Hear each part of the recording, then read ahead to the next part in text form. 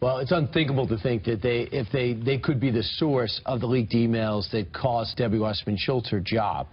I can't imagine the NSA feeding Julian Assange this information. Could you? Yes, that's exactly. You think they would actually use that outlaw, that worldwide criminal? That is exactly what Bill Binney is saying. And we would never do that. You say that you play straight up, but I have to ask you because you were accused of receiving a debate question before a CNN town hall where they partnered with TV One, and that you had this question on March 12th.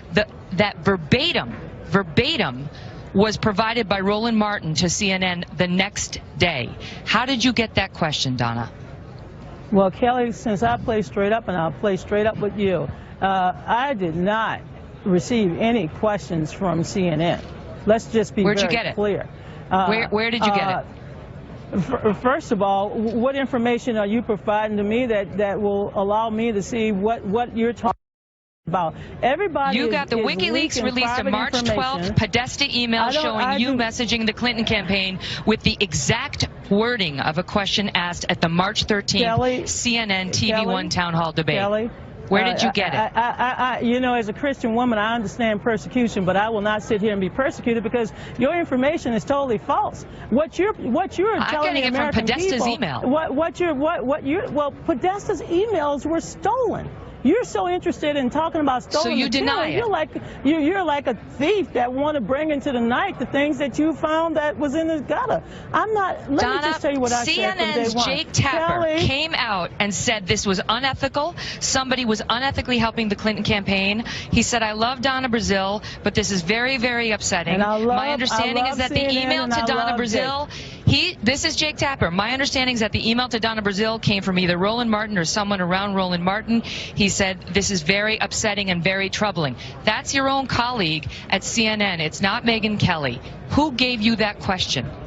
Megyn, once again, I've said it, and I've said it on the record, and I'll say it on the record, and I'll keep saying it on the record. I am not going to try to validate falsified information. I have my documents. I have my files. Thank God I have not had my personal emails ripped off from me and stolen and given to some criminals to come back altered. I have my records, I have my files, and as I've said repeatedly, CNN, in the 14 years I was associated with CNN, I've never received anything. If I had a blank piece of paper, that would basically be the end of this conversation. I never get documents from CNN. Your email to the Clinton camp said, sometimes I receive the questions in advance. And CNN is saying Roland Martin to you or someone at TV One, and they were provided to Hillary before that town hall. Well, anybody who knows me, and there are a number of your colleagues as well, they know me very well. I know how I play it. I know what I do before every debate. I know what I do before every show, even this show. I do my homework. I communicate. I talk. But I can just once again let you know that as far as I know, that CNN has never provided me with questions. Absolutely, ever, nada. Well, when you said from time to time I get the questions in advance, what were you referring to? Because in that email you offered the exact question that one of the moderators, Roland Martin, then proposed the next day. So my reference back to you, ma'am, with all respect, and I respect you greatly. And I respect you too. The validity of those emails, if I can only tell you one thing, because as you know, this whole episode is under criminal investigation, but I could just tell you one thing. A lot of those emails, I would not give them the time of the day. I've seen so many doctored emails. I've seen things that come from me at 2 in the morning that I don't even send. There are several email addresses that I appreciate that, and they haven't all been verified. Sorry that we. Judge Andrew Napolitano to talk about all sorts of things.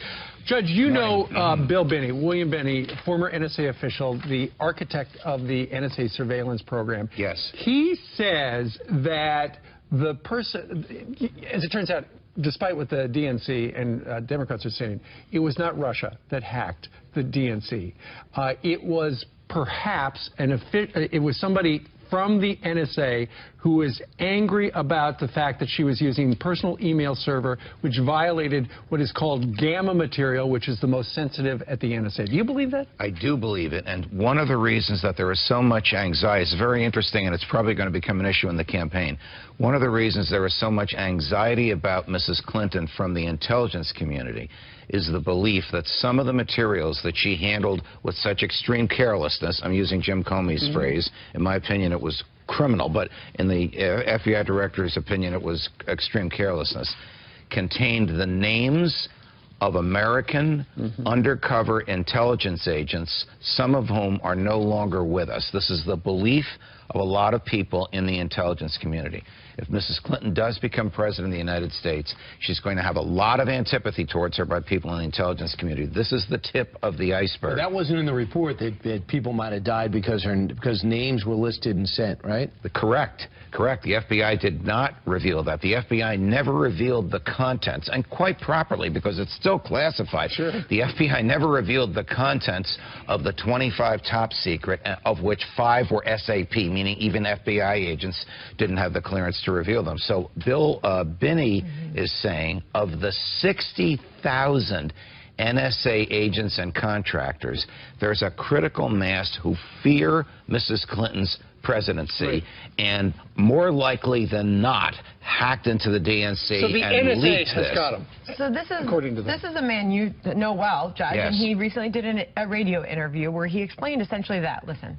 If you had to just estimate here as an analyst who your best guess, what would be your best guess for who the hacker is, who Lucifer 2 is? In this situation, I was thinking about how many other people have this data and hacked into the DNC, well as hacking into Hillary's server at home. I go back to a statement made by Director Mueller of the FBI back in 30th of March of 2011, and he said he got together with the Department of Defense and they created a technology database where he, as a member of the FBI, could go in with one query and get all past emails and all future ones as they came in on a person.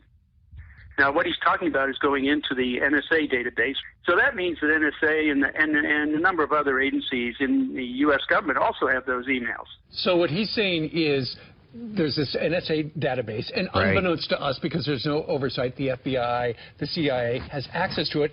Comey could have looked at Hillary's email if they had him, but then he'd open a whole can of worms. Right. Then he would be revealing that the NSA, in fact, does have everybody's emails, which and a lot of us, be a secret. right, which a lot of us believe, which Bill Binney, a former NSA official who developed the software that the NSA uses, says they have, but which the NSA has never officially acknowledged. Julian Assange was on another show yesterday and said that they got a lot more damning Hillary Clinton campaign emails coming out. Okay, this again is going to become a campaign issue because Wikileaks and Julian Assange blame Mrs. Clinton for the fact that he is in exile in the basement of the Ecuadorian embassy in London. They also condemn Mrs. Clinton's secrecy, and they want to reveal what they have. And Brian, I know you don't like this guy, but every time they have promised a data dump, they have delivered. Yes. So thinking that there could be an October surprise, that is not inconceivable. It is not inconceivable that they know exactly when. Look at what they did to Debbie Wasserman Schultz. Absolutely. They know exactly the perfect timing to release these materials. You are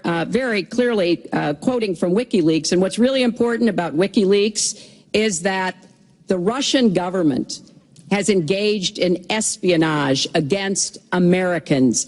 They have hacked American websites, American accounts of private people, of institutions. Then they have given that information to WikiLeaks for the purpose of putting it on the internet. This has come from the highest levels of the Russian government, clearly from Putin himself, in an effort, as 17 of our intelligence agencies have confirmed, to influence our election. So I actually think the most important question of this evening, Chris, is finally, will Donald Trump admit and condemn that the Russians are doing this and make it clear that he will not have the help of Putin in this election? The emails which were exposed by WikiLeaks revealed a very strong bias on the part of high officials in the Democratic Party for the candidacy of Hillary Clinton. and a very strong prejudice on the part of the same people towards the candidacy of Bernie Sanders, even though such bias and prejudice had been alleged by Sanders and denied by the Democratic National Committee. It even resulted in the resignation of the chair of the committee as a result of a unanimous request from the members of the committee and the intervention of President Obama himself. But in order to get this issue off the front page, the DNC and the Clinton campaign decided to blame, of all people, the Russians. They accused Vladimir Putin of being in cahoots with Donald Trump and having his intelligence services hack the DNC to expose emails to make Mrs. Clinton look bad and thereby benefit Donald Trump.